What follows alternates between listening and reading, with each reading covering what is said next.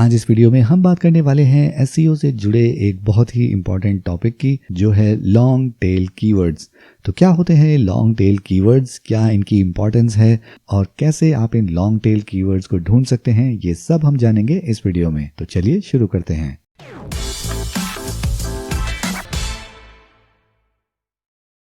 नमस्ते दोस्तों, मेरा नाम है अंकित और आप देख रहे हैं मैगजीन 3 यूट्यूब चैनल, जहां हम बात करते हैं वर्डप्रेस की। अगर आप भी वर्डप्रेस से जुड़े और वीडियोस देखना चाहते हैं तो इस चैनल को कीजिए सब्सक्राइब और बेल आइकन दबाना नहीं भूलिएगा, ताकि हमारे अगले वीडियो का नोटिफिकेशन आपको मिल सके सबसे पहले। तो जब भी हम एसईओ की बात करते हैं तो उसमें सबसे इम्पॉर्टेंट चीज़ होती है कीवर्ड्स, यानी जो भी यूज़र सर्च इंजन में टाइप करता है हम उस पर रैंक करना चाहते हैं। लेकिन हम साथ में ये भी जानते हैं कि जो छोटे कीवर्ड्स होते हैं वो कितना बड़ा ट्रैफिक आपकी वेबसाइट को दे सकते हैं, लेकिन वो सारे कीवर्ड्स काफ़ी ज़्यादा कॉम्पिटिटिव हैं और ऑलरेडी उस पर बड़ी बड़ी कंपनियों की वेबसाइट या अथॉरिटी पब्लिकेशन वेबसाइट्स रैंक कर रही होती हैं। तो अगर आपका एक छोटा नया बिजनेस है या फिर एक नया ब्लॉग है, तो आप सर्च इंजन में कैसे रैंक कर सकते हैं उन पर्टिकुलर कीवर्ड्स या उनसे रिलेटेड कीवर्ड्स के लिए। और यहीं पर काम आते हैं ये लॉन्ग टेल कीवर्ड्स, जो कि एक सिंगल की फ्रेज के नहीं होते हैं। ये हमेशा 2-3 की फ्रेज को मिला के एक काफ़ी टारगेटेड कीवर्ड बनता है। और ये लॉन्ग टेल कीवर्ड्स का सबसे बड़ा बेनिफिट होता है कि ये काफ़ी स्पेसिफिक सर्च क्वेरीज होती हैं, जहां एक तरफ इनका सर्च वॉल्यूम काफ़ी कम होता है, वहीं दूसरी तरफ इनका यूज़र इंटेंट, यानी कि यूज़र एग्जैक्टली क्या सर्च करना चाहता है, ये उसमें काफ़ी अच्छा काम करती हैं। फॉर एग्जांपल, आपकी एक रनिंग शूज़ की वेबसाइट है या मे बी आप एक रनिंग शूज़ के लिए एक ब्लॉग लिख रहे हैं, तो अगर आप रनिंग शूज़ को जाके टारगेट करेंगे अपने कंटेंट में तो ये एक बहुत ही कॉम्पिटिटिव कीवर्ड है और most of the time Amazon, Flipkart या कोई बड़े प्लेयर्स की वेबसाइट उस पर ऑलरेडी रैंक कर रही होगी और एक नए ब्लॉग या वेबसाइट के लिए इस कीवर्ड पर रैंक करना ऑलमोस्ट इम्पॉसिबल है। बट वहीं दूसरी तरफ अगर आप इस कीवर्ड को थोड़ा चेंज करते हैं और आप टारगेट करते हैं running shoes under may be ₹1000, 2000, 3000 और 5000, तो आप काफ़ी स्पेसिफिक कर देते हैं अपनी सर्च क्वेरी को, और इसी स्पेसिफिक सर्च क्वेरी को हम कहते हैं लॉन्ग टेल कीवर्ड, क्योंकि ये काफ़ी टारगेटेड ऑडियंस के लिए होता है। क्योंकि हम इसमें 2 या 2 से ज़्यादा कीवर्ड्स को यूज़ कर रहे हैं तो ये इसको एक लॉन्ग कीवर्ड बनाता है, जिसको टेक्निकली हम लॉन्ग टेल कीवर्ड कह देते हैं। तो अगर आपकी एक ई-कॉमर्स वेबसाइट है तो उसके लिए बजट ओरिएंटेड कीवर्ड्स एक अच्छा लॉन्ग टेल कीवर्ड्स बना सकता है। इसी के साथ अगर हम दूसरा एग्जाम्पल देखें तो अगर हम गूगल में सर्च करते हैं मफिन रेसिपी, तो गूगल को हमारा सर्च इंटेंट बहुत स्पेसिफिक समझ में नहीं आएगा और वहाँ पर वो जितनी भी हाई अथॉरिटी वेबसाइट्स होंगी वहाँ पर सारी रेसिपीज़ को लिस्ट कर देगा। लेकिन वहीं दूसरी तरफ अगर हम सर्च करते हैं एगलेस मैंगो मफिन रेसिपी, तो गूगल को ये बहुत स्पेसिफिक हो जाता है कि हम एगलेस और मैंगो मफिन रेसिपी सर्च कर रहे हैं। तो जो भी वेबसाइट ने इस लॉन्ग टेल कीवर्ड को टारगेट किया होगा वही सर्च इंजन रैंकिंग में ऊपर आएंगी।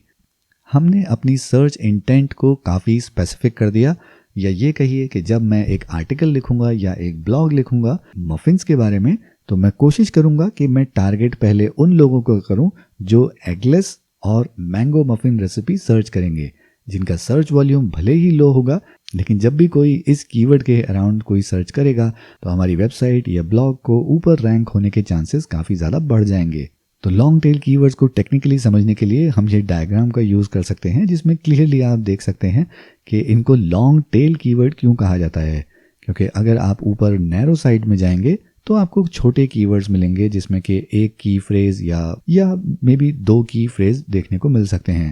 लेकिन वहीं जब हम नीचे आते हैं तो हमें एक लॉन्ग टेल सेक्शन मिलता है, जहां हम 2 से ज़्यादा की फ्रेज को मिलाकर एक लंबा कीवर्ड बनाते हैं और इसीलिए इसको हम कहते हैं लॉन्ग टेल कीवर्ड। तो भले ही आपकी वेबसाइट किसी भी कैटेगरी में हो, अगर आप उसमें लॉन्ग टेल कीवर्ड्स ढूंढ लेते हैं तो ये आपको काफ़ी बेनिफिट कर सकता है ऑर्गेनिक एसईओ में और साथ ही में पेड मार्केटिंग में भी। और यहाँ सवाल ये भी आता है कि अगर ये लॉन्ग टेल कीवर्ड्स का सर्च वॉल्यूम कम होता है तो इसमें हमें मेहनत करनी ही क्यों चाहिए? तो इसका सिंपल सा आंसर यही है कि इसका ड्रॉबैक ही इसकी सबसे बड़ी बेनिफिट है। क्योंकि इनका सर्च वॉल्यूम कम होता है तो इनका कंपटीशन भी कम ही होता है। तो अगर आप इन कीवर्ड्स पे अपना कंटेंट क्रिएट करते हैं तो आपके रैंक होने के चांसेस काफ़ी ज़्यादा बढ़ जाते हैं। उसी के साथ आप इन कीवर्ड्स को जब टारगेट करते हैं तो आपको एक बहुत ही स्पेसिफिक ऑडियंस से ट्रैफिक मिलता है और इसी से आपकी वेबसाइट के कन्वर्जन रेट्स काफ़ी ज़्यादा बढ़ सकते हैं। तो अगर आपकी एक ई कॉमर्स साइट है और अगर आप उस पर प्रोडक्ट बेस्ड ऐसे लॉन्ग टेल कीवर्ड्स के अराउंड कंटेंट बनाते हैं तो आपकी वेबसाइट पर सेल होने के चांसेस काफ़ी ज़्यादा बढ़ जाते हैं। और अगर आप एक सिंपल ब्लॉगर हैं तो भी आपकी वेबसाइट पे जब आप long tail specific keywords use करते हैं तो एक बहुत स्पेसिफिक ऑडियंस आपकी वेबसाइट पर जाती है और वो वही ऑडियंस होती है जो एग्जैक्टली उस कीवर्ड के बारे में सर्च कर रही होती है।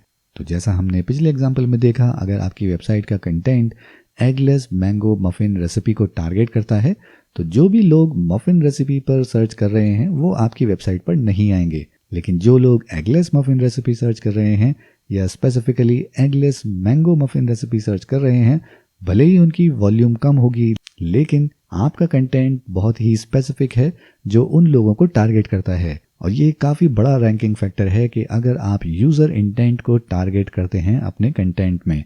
और इसी के साथ अगर आप पेड मार्केटिंग या पेड एड्स भी यूज़ करते हैं तो ये लॉन्ग टेल कीवर्ड्स को यूज़ करने का बेनिफिट यही है कि आपको बहुत ही टारगेटेड ट्रैफिक मिलता है और क्योंकि इनका सर्च वॉल्यूम कम होता है तो इनकी कॉस्ट पर क्लिक भी काफ़ी कम रहती है। तो अगर आप एक रनिंग शूज़ कीवर्ड को टारगेट करेंगे अपने एड कैंपेन्स के लिए तो वो एक बहुत महंगा पे पर क्लिक इवेंट होगा, लेकिन अगर आप एक लॉन्ग टेल कीवर्ड को जैसे रनिंग शूज़ अंडर 2000 रुपीज़ को टारगेट करते हैं तो उसका सर्च वॉल्यूम भले ही कम होगा लेकिन साथ ही में आपको उस एड के हर क्लिक पर कॉस्ट भी कम देना होगा। तो अभी हमने जाना कि क्या होते हैं ये लॉन्ग टेल कीवर्ड और क्या इनके बेनिफिट होते हैं, लेकिन सवाल ये है कि हमें हमारे बिजनेस के लिए या हमारे नीश के लिए ये लॉन्ग टेल कीवर्ड मिलेंगे कहाँ से।